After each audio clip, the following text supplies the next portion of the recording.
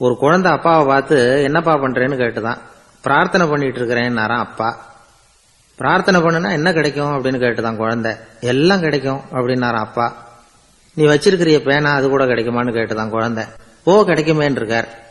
அப்படின்னா அந்த பேனாவை என்கிட்ட கொடுத்துரு, நீ பிரார்த்தனை பண்ணி வேற பேனா வாங்கிக்கோ அப்படின்னு தான் அந்த குழந்தை. ஒரு ஊர்ல ஒரு குரு இருந்தார், ஜென் குரு. அவரை தேடிட்டு ஒரு மன்னர் வந்தார். வந்தவர் ஜப்பான் மன்னர். தோட்டக்கலையை பத்தி தெரிஞ்சுட்டு போறதுக்காக அவர் வந்தார்.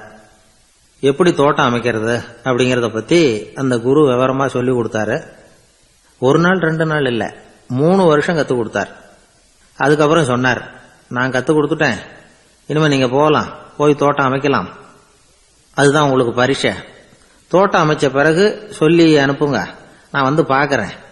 நீங்க இங்க என்னவெல்லாம் கத்துக்கிட்டீங்களோ அதையெல்லாம் அங்க செயல்முறையில செஞ்சு காட்டுங்க அப்படின்னு சொல்லி அனுப்பி வச்சார். மன்னர் போனார்.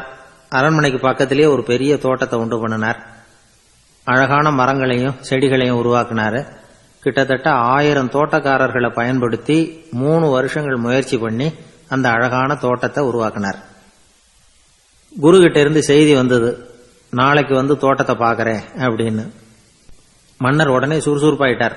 முதல் நாளே தோட்டத்தை சுத்தப்படுத்தினார். ராத்திரி பூரா யாரும் தூங்கல. எல்லாருக்கும் தோட்டத்தை ஒழுங்குபடுத்துற வேலை. அது அந்தந்த இடத்துல ஒழுங்கா இருக்குதா அப்படின்னு சரி பார்த்தாங்க. ஒரு தவறும் இல்லாத வகையில் அதை ஒழுங்குபடுத்தினாங்க. மறுநாள் குரு வந்தார், தோட்டத்தை பார்த்தார். அவருக்கு கோபம் வந்துட்டுது. மன்னருக்கு ஆச்சரியம், எப்பவும் சிரிச்சுக்கிட்டே இருக்கிறவர் இப்ப எப்படி இருக்கிறாரு அப்படின்னு. மெதுவா குரு கிட்ட போய் எல்லாம் சரியா தானே இருக்குது அப்படின்னார். எல்லாம் சரிதான், ஆனாலும் எங்கே அந்த பொன்னிற காற்று அப்படின்னார். உதிர்ந்த இலைகள், பொன் மஞ்சள் நிற இலைகள் காற்றில் அப்படி புரண்டு ஓடுவதை நான் பார்க்க முடியவில்லையே அப்படின்னாராம். அது இல்லாம இந்த தோட்டம் உயிரோட்டம் உள்ளதா இருக்காது, இதுல பாடல் இல்லை, ஆடல் இல்லை, அதெல்லாம் இல்லாம இந்த தோட்டம் ரொம்பவும் செயற்கையா தெரியுதேன்னாராம். மன்னர் இப்பதான் யோசனை பண்ணார். கீழே கிடந்த காஞ்சி போன இலைகள் மட்டும் இல்ல, மரத்துல இருந்த காஞ்சி போன இலைகளையும் அப்புறப்படுத்தி சுத்தமா வச்சிருக்கிறார். இறப்பும் வாழ்க்கையினுடைய ஒரு பகுதி தான். மரணம்ங்கிறது வாழ்க்கைக்கு எதிரானது அல்ல, அதை நிரப்பும் ஒரு பகுதி தான் அது. மரணம் இல்லையில் வாழ்க்கையே இல்லை அப்படிங்கிறது பெரியவங்க கருத்து. இப்ப அந்த தோட்டம் அழகா தான் இருக்குது, இருந்தாலும் அது ஒரு ஓவியம் மாதிரி உயிர் இல்லாமல் இருக்கு. குரு ஒரு வாளியை கையில எடுத்துக்கிட்டார். தோட்டத்தை விட்டு வெளியில போனார். ஏற்கனவே வீசி எறிந்த அந்த சருகுகளை எல்லாம் அள்ளி கொண்டுட்டு வந்தார். உள்ள எல்லா இடங்கள்லயும் அதை வீசினார். உடனே காத்து அந்த காய்ந்த சருகுகளையும் பழுத்த இலைகளையும் அசைக்க ஆரம்பிச்சுட்டுது. இப்போ அங்க சலசல சத்தம், சங்கீதம், இலைகளின் நடனம். ஓவியம் மாதிரி இருந்த அந்த தோட்டத்துக்கு இப்ப உயிர் வந்துட்டுது. இதுதான் அந்த பொன்னான காற்று அப்படின்னாராம் குரு. மன்னருக்கு புரிஞ்சது. மிகப்பெரிய ஜென் கேள்வி ஒன்று உண்டு. உம்மான் அப்படிங்கிற ஒரு பெரிய குருவை பார்த்து துறவி ஒருத்தர் கேட்டாராம், இலைகள் எல்லாம் கீழே விழுந்து மரங்கள் மொட்டையாக இருக்கும் பொழுது என்ன நடக்கும்? இதுதான் கேள்வி. இதுக்கு உம்மான் சொன்ன பதில் பொன்னான காற்று, தி கோல்டன் விண்ட் அப்படின்னாராம். இதுக்கு என்ன விளக்கம்னா, உன்னுடைய எண்ணங்கள் எல்லாம் உன்னுடைய மனசிலிருந்து கீழே விழுந்து உனது உள்ளுணர்வானது மொட்டையாக நிற்கும் நிலைதான் அது. உனது வேர்களின் அருகில் காற்று வீசுகிறது. எல்லா எண்ணங்களும் உன்னிலிருந்து வெகு தூரத்துக்கு புரண்டு கொண்டே சென்று விடுகிறது. நீ அவற்றை கடந்து விட்டால் நீ அவைகளுக்கெல்லாம் மேலெழுந்து கீழே பார்ப்பவனைப் போல நிற்க ஆரம்பித்து விடுவாய். அதுதான் தியானம் என்பது அப்படின்னு சொல்றாங்க. தியானம்ங்கிறது எண்ணத்துக்கு எதிரானது இல்ல, தியானம்ங்கிறது எண்ணங்களை கடந்து செல்வதுதான். அதுக்கப்புறம் நாம பொன்னிற காற்றுல ஆட ஆரம்பிச்சிருவோம். இதுதான் பெரியவர்கள் சொல்றது. என்கிட்ட ஒருத்தர் தோட்டம் அமைக்கணும்னு யோசனை கேட்டு வந்தார். எல்லாம் சொல்லி கொடுத்தேன்.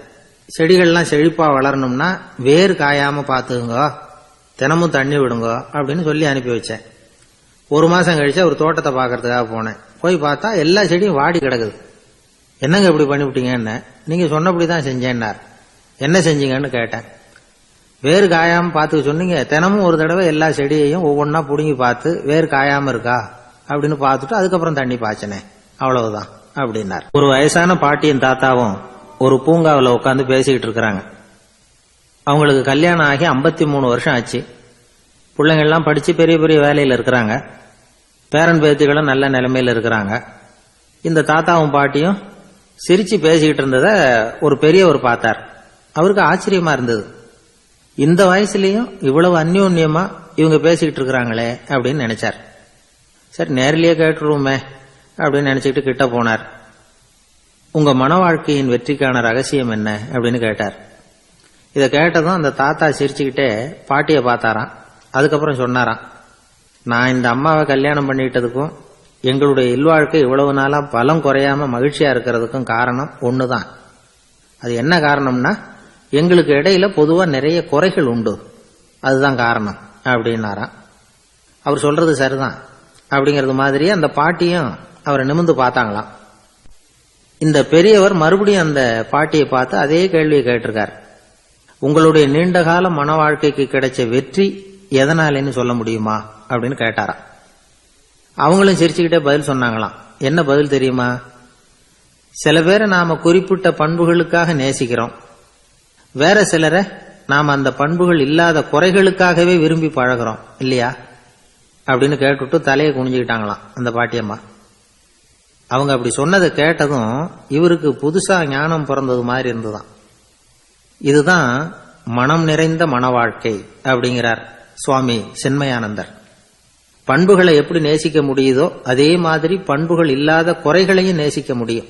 மனசுதான் காரணம். ஒரு மேல்நாட்டு தம்பதி, அவங்களும் தாத்தா பாட்டி தான். அவங்க 2 பேரும் ஒரு பூங்காவில் உட்காந்து சிரிச்சு பேசிக்கிட்டு இருக்கிறாங்க. அதை ஒருத்தர் பார்த்தார். அவருக்கு ஆச்சரியம், இவ்வளவு காலம் ஆகி இந்த வயசுலயும் இப்படி அன்பா பேசிக்கிட்டு இருக்கிறாங்களே அப்படிங்கிற ஆச்சரியம். கிட்ட நெருங்கி போனாரு. கேட்டார், ஏன் தாத்தா உங்களுக்கு கல்யாணம் ஆகி எவ்வளவு வருஷம் ஆச்சுன்னார். 55 வருஷம் ஆச்சுன்னாராம் அவரு. இன்னமும் இவ்வளவு சந்தோஷமா இருக்கிறீங்களே, அதுக்கு என்ன காரணம்னு கேட்டிருக்கார். அதுக்கு என்ன காரணம்னா, இதுவரைக்கும் எங்களுக்குள்ள சண்டையே வந்ததில்லை அப்படின்னாராம். அது எப்படி முடியும்னு கேட்டிருக்கார் இவர் ஆச்சரியமா. அந்த தாத்தா சொல்ல ஆரம்பிச்சாராம், இத பாருப்பா, எங்களுக்கு கல்யாணம் ஆன புதுசுல நானும் என்னுடைய மனைவியும் ஒரு குதிரை மேல ஏறி ஒரு காட்டு வழியா போய்கிட்டு இருந்தோம். கொஞ்ச தூரம் போனதும் அந்த குதிரை எடக்கு பண்ணிச்சு. நான் உடனே கீழே இறங்கி அந்த குதிரையை பார்த்து, இது உனக்கு முதல் தடவை அப்படின்னு மிரட்டலா சொல்லிவிட்டு ஏறி உட்கார்ந்தேன். மறுபடியும் போனோம். கொஞ்ச தூரம் குதிரை நல்லபடியா நடந்து போச்சு. மறுபடியும் எடக்கு பண்ண ஆரம்பிச்சுட்டுது. நான் கீழே இறங்கினேன். கையில் இருந்த சாட்டையால ஓங்கி ஒரு அடி கொடுத்தேன். இது உனக்கு 2வது தடவை அப்படின்னு சொல்லிவிட்டு ஏறி உட்கார்ந்தேன். மறுபடியும் குதிரை கொஞ்ச தூரம் நல்ல விதமா நடந்து போச்சு. அப்புறமும் எடக்கு பண்ண ஆரம்பிச்சுட்டுது. அந்த சமயத்துல ஒரு ஆற்று பாலத்தை கடந்து போய்கிட்டு இருக்கிறோம். நான் கீழே இறங்கினேன். என்னுடைய மனைவியையும் கீழே இறங்க சொன்னேன். அந்த குதிரையை பிடிச்சி அப்படியே ஆத்துல தள்ளி விட்டுட்டேன். தள்ளி விட்டுட்டு, இது உனக்கு கடைசி தடவை அப்படின்னு சொன்னேன். அதை பார்த்ததும் என் மனைவி பதறி போயிட்டாங்க. போய், ஐயோ பாவம், என்ன இப்படி பண்ணிவிட்டீங்க, உங்களுக்கு மனசுல கொஞ்சம் கூட இறக்கமே இல்லையா அப்படின்னாங்க. நான் மெதுவா இவங்க பக்கம் திரும்பி, இது உனக்கு முதல் தடவை அப்படின்னு. அவ்வளவுதான், அன்னையிலிருந்து இன்னைய வரைக்கும் ஒரு நாள் கூட எங்களுக்குள்ள சண்டையே வந்ததில்லை அப்படின்னு விளக்கம் கொடுத்தார் அந்த தாத்தா.